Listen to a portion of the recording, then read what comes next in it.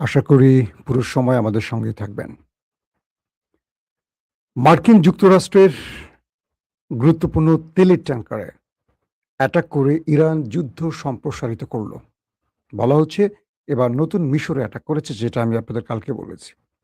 কিন্তু কাল রাতে আরেকটি খবর দিয়েছিলাম যে ইরান সারপ্রাইজ অ্যাটাক করেছে মার্কিন ঘাঁটিকে টার্গেট করে জর্দানে। অর্থাৎ ৩ দিন যুদ্ধ বন্ধ থাকার পর ইরান হুট করে নিজ থেকে স্বপ্রণোদিত হয়ে মার্কিন ঘাঁটিতে প্রথম অ্যাটাক করল। এর আগে কখনো ইরান প্রথম অ্যাটাক করেনি। তার পাল্টা জবাব দিয়েছে আমেরিকা। ইরানের মধ্যে ব্যাপক হামলা চালিয়েছে মার্কিন যুক্তরাষ্ট্র। পাশাপাশি তুরস্ক এবং ইরানের ইসরায়েলের মধ্যে টানাপোড়েন শুরু হয়েছে। তুরস্ক বিরুদ্ধে এবার ইসরায়েল আমেরিকার কাছে শুধু নালিশ নয়, নতুন অস্ত্র কেনার চুক্তি করতে ছুটে গেছে। এবং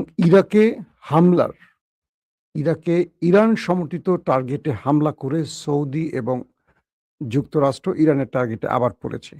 তার মাশুল দিতে হয়েছে এবার আমেরিকাকে। প্রিয় দর্শক, চলুন আমি আপনাদেরকে গুরুত্বপূর্ণ একটা করে সেই খবরগুলো দেওয়ার চেষ্টা করছি। প্রথমেই আমি চলে যাচ্ছি আমেরিকা গেল রাতে, অর্থাৎ যে রাতের পর আমরা লাইভ শেষ করে সময়টা পার করেছি, সেই সময় মধ্যরাতে যে ইরানের উপর হামলা হয়েছে তার বিস্তারিত খবরগুলো একটু জানাবার চেষ্টা করছি। বলা হচ্ছে মার্কিন সেন্ট্রাল কমান্ড তারা স্পষ্ট করছে গণমাধ্যমে জানিয়ে যে তারা ক্ষেপণাস্ত্র, ড্রোন ও সামুদ্রিক স্থাপনা সহ আইআরডিসির কয়েক ডজন লক্ষ্যবস্তুতে সফল অ্যাটাক করেছে। মার্কিন সেন্ট্রাল কমান্ড জানিয়েছে গভীর রাতে মধ্যপ্রাচ্যে মার্কিন বাহিনীকে লক্ষ্য করে ক্ষেপণাস্ত্র হামলার চেষ্টার জবাবে মার্কিন বাহিনী ইরানের বিরুদ্ধে একটি কড়া হামলা করেছে, বড় মাপের হামলা করেছে। মার্কিন বাহিনীর উপর ক্ষেপণাস্ত্র হামলার চেষ্টার জবাবে ২৯ জুলাই তারা বলছে মার্কিন বাহিনীর উপর হামলার চেষ্টা, তারা বলছে না যে হামলাটি সফল হয়েছে, মানে ইরান যে হামলাটি সফলভাবে করেছে এটা বলছে না, তারা বলছে যে চেষ্টা। তার মানে তারা বোঝাচ্ছে ইরানের হামলাটা সফল হয় না, এটা হলো তাদের কৌশল। তারা বলছে ২৯ জুলাই রাত ১০টায় মার্কিন সেন্ট্রাল কমান্ড ইরানের বিরুদ্ধে একটি ব্যাপক হামলা সম্পূর্ণ করেছে। সেনকম একটি বিবৃতিতে পুরো স্পষ্ট সেটা ব্যাখ্যা দিয়েছে। মার্কিন বাহিনী ইরানের ইসলামিক রেভলিউশনারি গার্ড কোর আইআরজিসির সামরিক কমান্ড কেন্দ্র, ক্ষেপণাস্ত্র ও ড্রোন স্থাপনা, উপকূলীয় নজরদারি ও প্রতিরক্ষা কেন্দ্র এবং সামুদ্রিক সক্ষমতা সহ কয়েক ডজন লক্ষ্যবস্তুতে হামলা করেছে। কমান্ডের বর্ণনা অনুযায়ী ২৮শে জুলাই আইআরজিসি বাহিনী কর্তৃক একটি অতর্কিত হামলার চেষ্টার জের ধরে এই অভিযানটি চালানো হয়। যখন ইরান মধ্যপ্রাচ্যে অবস্থিত মার্কিন বাহিনীকে লক্ষ্য করে একাধিক ব্যালিস্টিক ক্ষেপণাস্ত্র নিক্ষেপ করে, তখন তারা প্রতিশোধ হিসেবেই এই জবাবটি দিয়েছে। পাশাপাশি ইরানের সব ক্ষেপণাস্ত্র সফলভাবে প্রতিহত করা হয়েছে এমনটিও দাবি করছে। ইরান যে একদিন আগে মার্কিন ঘাঁটিগুলোকে টার্গেট করে অ্যাটাক করেছে, সবগুলোকে প্রতিহতের দাবি করছে তারা। মার্কিন সামরিক বাহিনী জানিয়েছে ৫০,০০০-এরও বেশি মার্কিন সেনা বর্তমানে মধ্যপ্রাচ্য জুড়ে মোতায়েন রয়েছে এবং তারা অত্যন্ত অত্যন্ত সতর্ক, মনোযোগী ও মারাত্মক প্রস্তুতি আছে। ৫০,০০০ সেনা ইরানের বিরুদ্ধে লড়াই করার জন্য সদা প্রস্তুত, এটি জানাচ্ছে। ইরানের গণমাধ্যম জানিয়েছে যে দক্ষিণ ইরান জুড়ে মার্কিন ক্ষেপণাস্ত্র হামলার নতুন ঢেউ চলাকালে দেশটির কেশম দ্বীপের একটি আবাসিক এলাকা আক্রান্ত হয়েছে। তাসনিম নিউজ এজেন্সি জানিয়েছে খুজেস্তান প্রদেশের আহবাজে বিকট বিস্ফোরণের শব্দ শোনা গেছে এবং এই হামলার কারণে শহরের কিছু অংশে বিদ্যুৎ বন্ধ হয়ে গেছে। অর্থাৎ এই সিভিলিয়ান অঞ্চলগুলোকে আমেরিকা আবার টার্গেট করছে। কয়েকটি তথ্য জানিয়েছে যে সূত্র জানিয়েছে জর্দানও জানিয়েছে তারা ইরানের ৫টি ক্ষেপণাস্ত্র প্রতিহত করেছে। অন্যদিকে ইরানের আইআরজিসি বলছে তারা দেশটির একটি মার্কিন বিমান ঘাঁটিতে হামলা চালিয়ে সেটাকে ধ্বংস করে দিয়েছে।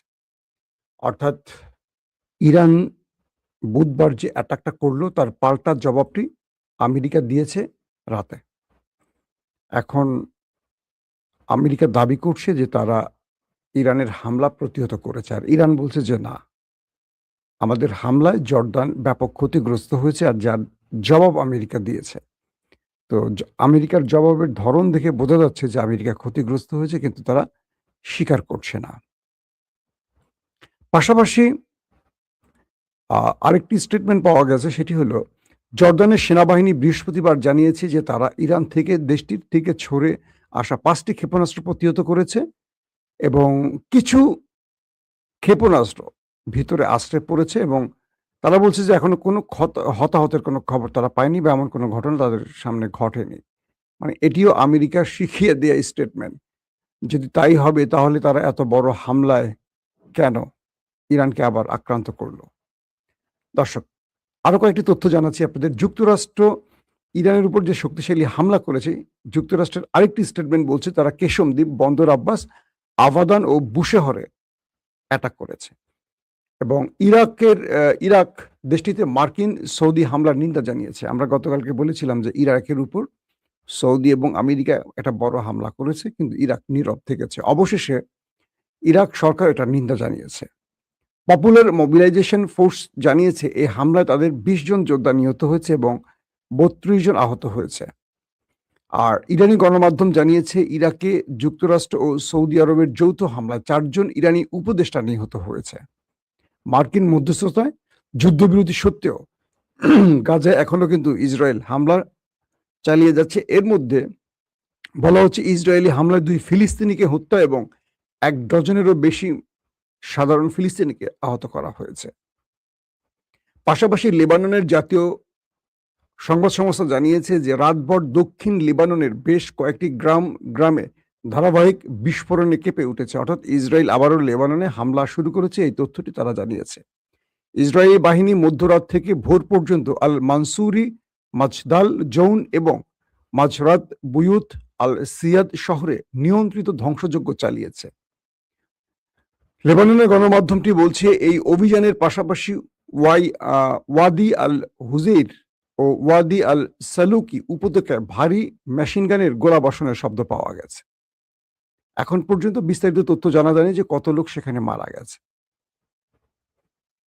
দর্শক, আমরা মোটামুটি আজকের একদম লেটেস্ট খবরগুলি আপনাদেরকে একটা একটা করে জানিয়ে দিলাম। এবার কিছু বিশ্লেষণে আসতে চাই, যে বিশ্লেষণটি আপনারা শোনার জন্য ওয়েট করছেন। প্রথম বিশ্লেষণটি হলো ইসরায়েলের নেতানিয়াহু এখন আমেরিকা আছেন। তার আমেরিকা থাকার কয়েকটা উদ্দেশ্যের একটি হলো ইরানে যেন আমেরিকা বড় মাত্রা অ্যাটাক করে এবং ইরানের মধ্যে গোয়েন্দা তথ্যের আলোকে ইসরায়েল জেনেছে তারা ৬০% সমৃদ্ধকরণ ইউরেনিয়ামকে ৯০% পৌঁছে দিয়েছে। অর্থাৎ পারমাণবিক বোমা তৈরির কাঙ্ক্ষিত লক্ষ্যে ইরান পৌঁছে গেছে। একটি সূত্র বলছে যে ইরান নিউক্লিয়ার তৈরি করে ফেলেছে, অর্থাৎ নিউক্লিয়ার ওয়ারহেড তৈরি করে ফেলেছে এবং শীঘ্রই ইরান তার খাইবার শেখান বা আরো যে নতুন ভেরিয়েন্টের মিসাইল তৈরি করেছে যেগুলো আপগ্রেডেড, সেই মিসাইলগুলোতে এই ওয়ারহেডগুলো বসিয়ে যে কোনো অঞ্চলে যে কোনো দূরসীমায় অ্যাটাক করতে পারে।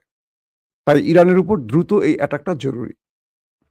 দ্বিতীয়ত হলো আমেরিকা যেন তুরস্ককে F-35 কোনোভাবে বিক্রি না করে, পাশাপাশি ভূমধ্য সাগরে তুরস্কের তাণ্ডব থেকে বাঁচার জন্য একটা নতুন চুক্তি করতে চায় ইসরায়েল আমেরিকার সাথে এবং সেখানে তারা চাচ্ছে যে একটা নতুন P-8 পোসাইডন আকাশযান এটা কেনার জন্য।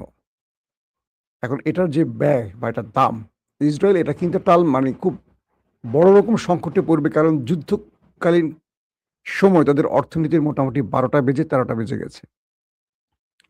তো আসেন, ইসরায়েল চাচ্ছে এখন তুরস্ককে ঠেকাতে, কারণ ইরানের পরই তাদের টার্গেট হবে তুরস্ক। আর তুরস্ক ইরানের মতো না, তারা আরো অনেক আধুনিক অস্ত্রের মালিক। ইরান এখন পর্যন্ত তার যুদ্ধে ড্রোন আর মিসাইলের ব্যবহারটি দেখিয়েছে, আর তুরস্কের কাছে ড্রোন, মিসাইল থেকে শুরু করে যুদ্ধ বিমান থেকে শুরু করে রয়েছে আরো এক ঝাঁক নতুন উদ্ভাবিত যুদ্ধাস্ত্র, যার সাথে পৃথিবী এখনো পরিচিত নয়, যাদের কাছে আছে ৫ম প্রজন্মের স্টিলথ প্রযুক্তির যুদ্ধ বিমান, যাদের কাছে আছে সামুদ্রিক সাবমেরিন, যাদের কাছে আছে পৃথিবী বিখ্যাত ড্রোন, এবং তুরস্ক সাম্প্রতিক এক যুগে যতগুলো ফ্রন্টে যুদ্ধ করেছে প্রত্যেকটিতে বিজয় পেয়েছে। পৃথিবীর আর একটি দেশে সবগুলো ফ্রন্টে বিজয় পায়নি, না আমেরিকা, না ইসরায়েল, না ইরান, না কি বলবো রাশিয়া সহ অন্য দেশ, কিন্তু তুরস্ক তার প্রতিটি ফ্রন্টে বিজয় পেয়েছে। তো এখানে ইসরায়েল চাইছে যে কোনোভাবে মার্কিন যুক্তরাষ্ট্রের তৈরি P-8 পোসেইডন সামুদ্রিক টহল ও সাবমেরিন বিধ্বংসী এই যানটি কিনতে, আকাশযান বলে এটাকে। তারা বলছে যে তুরস্ক ভূমধ্যসাগর থেকে তার সাবমেরিন ব্যবহার করে ইসরায়েলকে ধ্বংস করতে পারবে খুব সহজে। আর তুরস্ক এই যুদ্ধটা আকাশে করবে, স্থলের চেয়ে সমুদ্র বেশি টার্গেট করবে, অর্থাৎ আকাশ আর জল, পানিপথ। এটা তুরস্কের জন্য খুব সহজ হবে। তাহলে তুরস্কের এই সাবমেরিনকে ধ্বংস করতে হলে তাদের আকাশ টহল যান বৃদ্ধি করতে হবে, এবং আকাশ থেকে আক্রমণের সক্ষমতা বাড়াতে হলে তাদেরকে P-8 পোসেইডন, এই কি বলে সামুদ্রিক টহল ও সাবমেরিন বিধ্বংসী আকাশযানটি খুব জরুরি। এটার একটির দাম প্রায় $3.5 কোটি। তাহলে এবার হিসাব করেন যে কত টাকার এটার মূল্য হতে পারে, $3.5 কোটি। তো এখন এটি কেনার জন্য আমেরিকার শরণাপন্ন হচ্ছে ইসরায়েল, এবং একটা চুক্তির মাধ্যমে এটা কিনতে চায়। দ্বিতীয় যে বিষয়টি হলো, গতকালকে ইরান আরেকটি দেশে তার আক্রমণ বৃদ্ধি করেছে, যদিও ইরান এটিকে স্বীকার করেনি। বলা হচ্ছে মিশরের দামিয়েত্তা যে LNG বন্দর আছে সেখানে হামলা হয়েছে। কি হয়েছিল আসলে ঘটনাটি? যখন ইরাকে ইরানের টার্গেটে সৌদি আরব এবং আমেরিকা অ্যাটাক করে, বলা হচ্ছে ইরান দাবি করছে তাদের 4 জন উপদেষ্টা মারা গেছে এবং 20 জন সেখানে মারা গেছে, সব মিলে 32 জন গুরুতর আহত হয়েছে। তো ইরান এটার প্রতিশোধ হিসেবে মিশরে মার্কিন যুক্তরাষ্ট্রের যে LNG গ্যাস ট্যাঙ্কার আছে এটাকে টার্গেট করেছে। যেহেতু দেশটি মিশর, তাই ইরান কৌশলগত কারণে এখানে তাদের পরিচয় গোপন রেখেছে। এদের একটি সূত্র। মধ্যপ্রাচ্যের আরেকটি সূত্র এবং পশ্চিমা দুনিয়ার গণমাধ্যম বলছে যে এই হামলাটি ইরানের মদতপুষ্ট বা সমর্থিত লেবাননের যোদ্ধারা করেছে। অর্থাৎ লেবানন থেকে বিশেষ ওয়ান ওয়ে ড্রোন ব্যবহার করে মিশরের লেবানন থেকে এই ওয়ান ওয়ে ড্রোন ব্যবহার করে ইরান সমর্থিত যোদ্ধারা, ইরানের তো জানেন প্রচুর প্রক্সি বাহিনী আছে, তারা মিশরের একটা দূরপাল্লা ওয়ান ওয়ে ড্রোন বা মিসাইলের মাধ্যমে তারা দামিয়েত্তা, এই মিশরের LNG যে বন্দরটি, সেখানে মার্কিন গ্যাস ট্যাঙ্কার উড়িয়ে দিয়েছে। এবং আমেরিকা এই আক্রমণের পর এটুকু বুঝতে পেরেছে যে এই অঞ্চলে ইরানের হাতে তারা নিরাপদ নয়, কারণ সিরিয়া তো ইরানের আক্রমণ হয়ে গেছে। যে সিরিয়াতে আক্রমণের কথা ছিল না বলে আমেরিকা সেখানে গোপনে আশ্রয় নিয়েছিল। তাদের সেন্টকমের উপরস্থ অফিসাররা, যুদ্ধের যে বড় বড় কর্মকৌশল ঠিক করা জেনারেলরা, তারা সিরিয়াতে বসে অনেক প্ল্যান করছিল, সেইখানেও পর্যন্ত ইরান হিট করেছে। এবার ইরানের আক্রমণটি মিশরে চলে আসা, তারা ঘাবড়ে গেছে যে তাদেরকেও আর বোধহয় ছাড় দেবে না, কারণ মিশরের হামলাটি ইরানের খুব কৌশলগত একটি টার্গেট। এবার মিশরের থাকা আমেরিকা প্রতিনিয়ত টেনশনে থাকবে, এবং আমেরিকাকে ইরান বোঝাচ্ছে যে তুমি পৃথিবীর যেই প্রান্তে আছো আমি আছি। পাশাপাশি মিশরের এই ডিস্টেন্স, যেটাকে দূরপাল্লার আমরা বলি, এই অ্যাটাকটি দিয়ে ইরান বুঝিয়েছে তাদের ঘরে এরকম ডিস্টেন্সের বা দূরপাল্লার আরো ক্ষেপণাস্ত্র আছে, বা আরো লং ক্ষেপণাস্ত্র আছে, যেগুলো তারা টার্গেট মতো ব্যবহার করবে, সময় মতো ব্যবহার করবে। এদিকে ইরানের সময়সীমা প্রায় চূড়ান্ত, যে কোনো সময় ইউক্রেনে ইরান হামলা করবে, কারণ ইরানের একটি জাহাজে ইউক্রেন হামলা করেছে, এবং ইরান যখন ইউক্রেনকে ডেকে এনেছে তাদের অ্যাম্বাসেডরকে, তিনি এটার জন্য দুঃখ প্রকাশ করেছেন। শোনা গেছে কাল রাতে ইউক্রেন তার পররাষ্ট্রমন্ত্রী আব্বাস আরাকচি ইরানের পররাষ্ট্রমন্ত্রীকে ফোন দিয়ে দয়া ভিক্ষা চেয়েছে। তারা বলছে যে আমাদের ভুল হয়েছে জনাব, আমরা রাশিয়ার ফাঁদে পা দিয়েছি, আমাদেরকে এ যাত্রায় ক্ষমা করুন। আর ইরানের পররাষ্ট্রমন্ত্রী বলছে যে তোমরা আমাদের জাহাজে হামলা করে যে ক্ষতি করেছো তার ক্ষতিপূরণ দাও দ্রুত, বাঁচতে হলে, নতুবা আমাদের টার্গেট লক। যে কোনো সময় সুইচ টিপবো, তোমার গুরুত্বপূর্ণ কিছু একটা উড়ে যাবে। যেটা তুমি আমার ধ্বংস করছো তার চেয়ে ৪ গুণ মূল্যের কিছু আমি ধ্বংস করে দেব।